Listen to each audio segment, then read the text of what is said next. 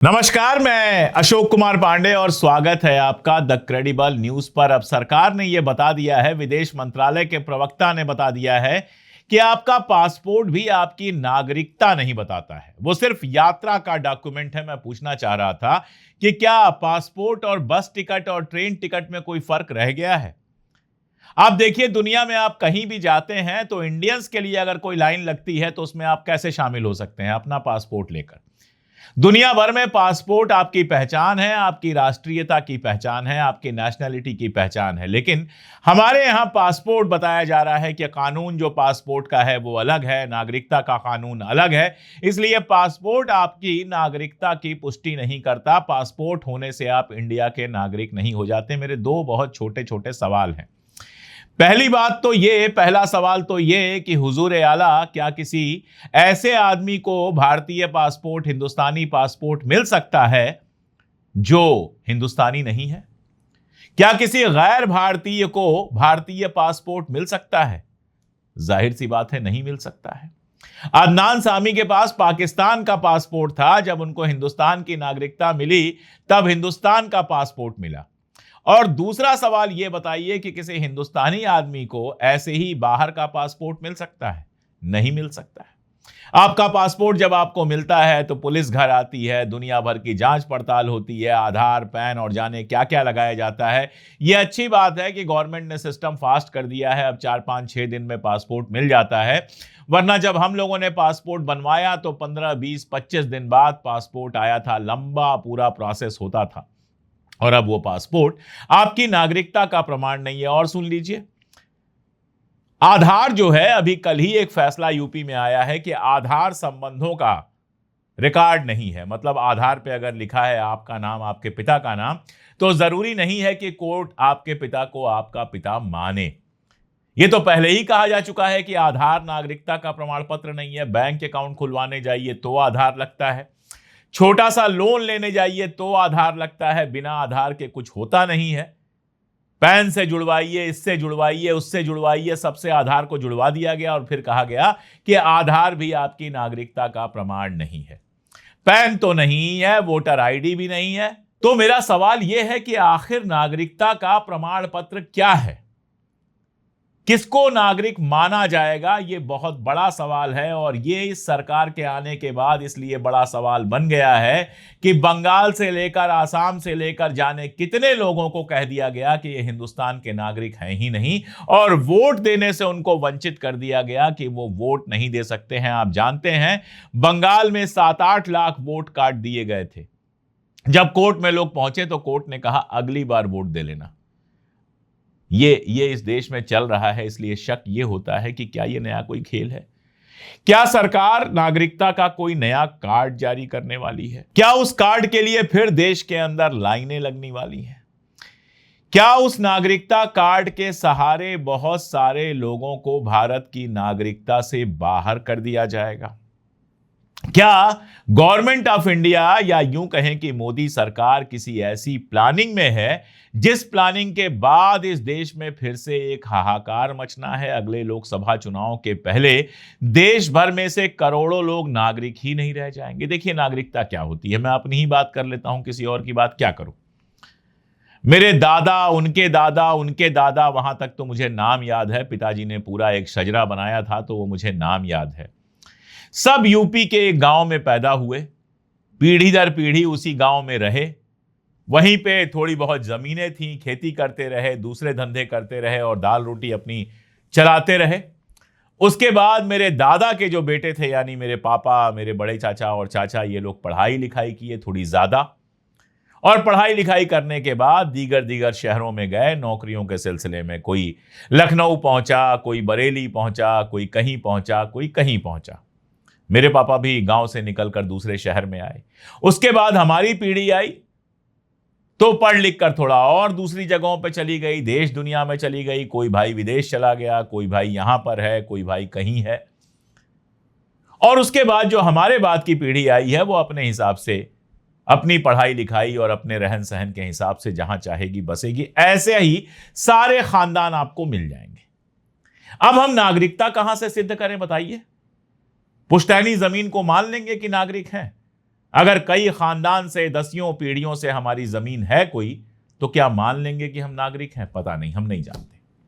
Birth certificate की बात कर रहे हैं तो हिंदुस्तान के अंदर आज भी जो बच्चे हैं उसमें 25% से ज्यादा बच्चे ऐसे गांव में रहने वाले हैं जिनका बर्थ सर्टिफिकेट नहीं बनता, जो अस्पताल में पैदा भी नहीं होते, जो अपने घर में ही पैदा हो जाते हैं। मैं बहुत मजेदार बात आपको बताता हूं, मेरा बर्थ सर्टिफिकेट नहीं है क्योंकि मैं अपने गांव में ही पैदा हुआ था, अपने गांव में, अपने घर में पैदा हुआ था।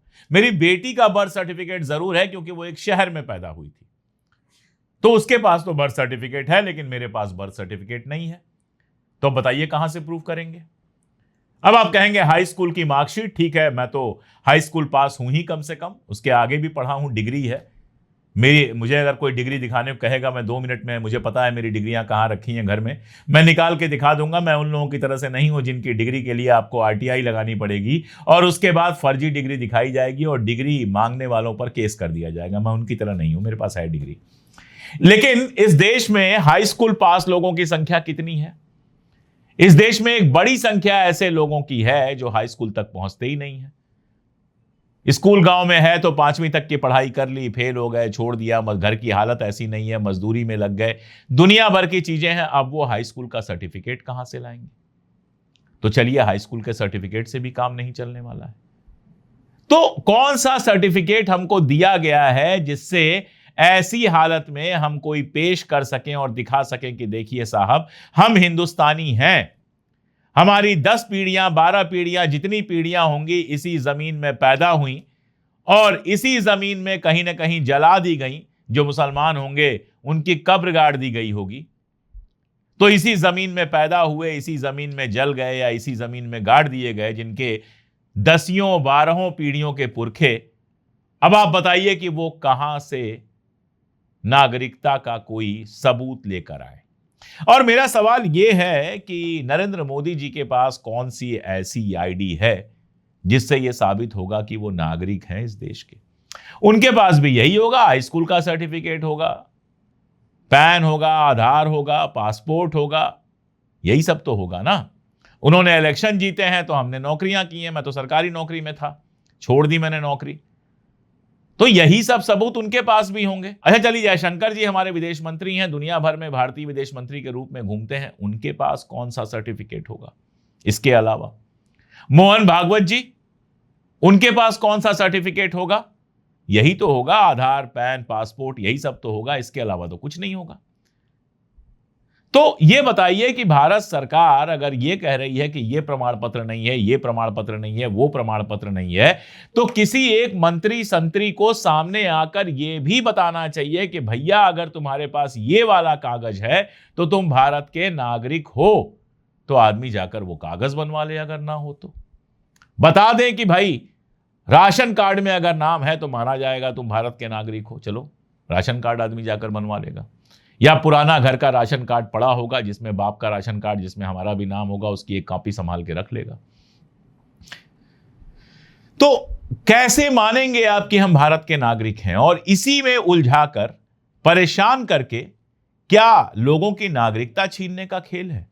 क्या भारत सरकार कोई नया तमाशा करने जा रही है? एक बार आधार के लिए आदमी लाइन में लगा, कभी किसी के लिए लाइन में लगा, अभी तमाशा हुआ तो बहुत सारे ऐसे लोग जो विदेश यात्रा के बारे में सोच भी नहीं सकते हैं, जो देश में कहीं निकलना जिनके लिए मुश्किल होता है, वो भी बेचारे पासपोर्ट बनवा के लेते आए कि चलो पासपोर्ट रहेगा तो हमारा वोटर लिस्ट से नाम नहीं कटेगा। अब आप कह रहे हो पासपोर्ट भी नहीं नागरिकता है, तो क्या फिर कोई ऐसी लाइन लगवाने वाले हो? मोदी जी, आपसे ही पूछ रहा हूं मैं, हालांकि मैं छोटा आदमी हूं, मेरा जवाब आप क्या देंगे, लेकिन देश की जनता को जवाब दे दीजिए कि क्या आप फिर से एक ऐसी लाइन में हमको लगाने वाले हैं जहां से लोगों को नागरिकता का प्रमाण पत्र मिलेगा, लोगों को हिंदुस्तानी होने का सर्टिफिकेट मिलेगा, या फिर भारतीय जनता पार्टी और आरएसएस की मेंबरशिप को माना जाएगा कि अगर आप बीजेपी के मेंबर हैं तब तो इंडिया के नागरिक हैं, अगर आप खाकी कच्छा और सफेद शर्ट पहनकर घूमते हैं तब तो आप भारत के नागरिक हैं। तो बड़ा सवाल यह है कि आरएसएस तो खुद ही अपनी मेंबरशिप नहीं देता। आरएसएस से तो खुद ही खड़गे साहब, प्रियांक खड़गे साहब कह रहे हैं रजिस्ट्रेशन कराओ, तो ये कह रहे हैं कि हिंदू धर्म का रजिस्ट्रेशन नहीं होता। गोया आरएसएस हिंदू धर्म हो गया। अगर आप हिंदू हैं तो आरएसएस बताएगा कि आप हिंदू हैं कि नहीं है। भाई मुझे तो नहीं चाहिए। मुझे तो आरएसएस से कोई सर्टिफिकेट नहीं चाहिए। तो जो आरएसएस अपने मेंबर्स को सर्टिफिकेट नहीं देता है वो क्या करेगा? वो नागपुर में लाइन लगवाएगा कि जाके खड़े होइए। जो ध्वज प्रणाम करेगा, जो नमस्ते सदा वत्सले मातृभूमि गाएगा, वो तो इस देश का नागरिक होगा, दूसरा कोई देश का नागरिक नहीं होगा। या फिर जो भारतीय जनता पार्टी को चंदा देगा वो चंदे की रसीद संभाल के रखे कि भाई हमने चंदा दिया है, तो उस रसीद को नागरिकता माना जाएगा। जो भारतीय जनता पार्टी को चंदा नहीं देगा उसको नहीं माना जाएगा भारत का नागरिक। आप ही बताइए क्या करना पड़ेगा? इंटरनेशनल एयरपोर्ट पर तो जो बेइज्जती होती है वो भारतीय पासपोर्ट धारक होने से की वजह से होती है। आप सोचिए, हमारा जो पासपोर्ट का इंडेक्स है वो हेनले का जो आंकड़ा आता है उसके हिसाब से दुनिया भर में 80वें पोजीशन पे पहुंच गया है। पिछले साल से थोड़ा बेहतर हुआ है, पिछले साल 85वें पे था, अब 80वें पहुंचा है। लेकिन सोचिए, कुल मिला के 150-200 देश हैं और उसमें 80वें नंबर पर हम हैं। और जब आप यूरोप या किसी मुल्क में जाते हैं इंडियन पासपोर्ट लेकर, तो आपको ऐसे देखा जाता है कि वापस जाओगे कि नहीं जाओगे, चेक यही किया जाता है। अगर उनको जरा सा भी लग गया कि आप वापस नहीं जाएंगे तो पहले तो वीजा ही मिलना मुश्किल है, और अगर वीजा मिल भी गया तो वहां से आपको वापस भेजा जा सकता है। लेकिन ये सब क्यों होता है? इसीलिए होता है ना कि उस पासपोर्ट की वजह से हमको हिंदुस्तानी माना जाता है। और मेरा सवाल और है एक, अब जो देखिए सरकार के लिए बैटिंग करने वाले हैं सब ट्विटर पर उतर आए हैं, सब बता रहे हैं कि ये तो पहले से ही नहीं था, ये तो पहले से ही नहीं था, ये तो पहले से ही नहीं था। तो भाई आप तो नया भारत बना रहे हैं ना, आप तो सब नया नया कर रहे हैं। संसद नई बना दी, सारे दफ्तर जो हैं सारे भवन गिराकर नए भवन बना रहे हैं, सब तो नया कर रहे हैं आप। तो एक नया कानून बना दीजिए हुजूर आला, और उस कानून से ये हमें बता दीजिए कि फला फला फला कागज अगर आपके पास होगा तब तो आप भारत के नागरिक माने जाएंगे, और अगर नहीं होगा तो नहीं माने जाएंगे। देखिए हम तो कहीं जा नहीं सकते, 50-51 साल की उम्र इसी देश में गुजर गई, तो अब हम कहीं और तो जाने वाले नहीं हैं, हम तो यहीं रहेंगे। जेल में रखेंगे जेल में रहेंगे, बाहर रखेंगे बाहर रहेंगे। नागरिक तो हम हिंदुस्तान के ही हैं, आपके कागज कुछ भी कहते हो, हैं तो हम हिंदुस्तानी और सरापा हिंदुस्तानी हैं। जरा सा भी मिलावट नहीं है, सिर के बाल से लेकर पैर के नाखून तक पूरे हिंदुस्तानी हैं, हिंदुस्तानी जबान बोलते हैं, गंगा जमनी तहजीब में भरोसा रखते हैं, हिंदुस्तान के संविधान में भरोसा रखते हैं। हम तो नहीं कहीं जाने वाले। बता दीजिए, कानून बनाकर कागज वागज ठीक करा लेंगे, वरना बेकार में जेल में रखकर आपको मुफ्त की रोटी हमें खिलानी पड़ेगी। और ये मैं सिर्फ अपनी बात नहीं कर रहा, ऐसे हजारों लाखों लोग हैं जिनके पास कोई और जगह नहीं है जाने की।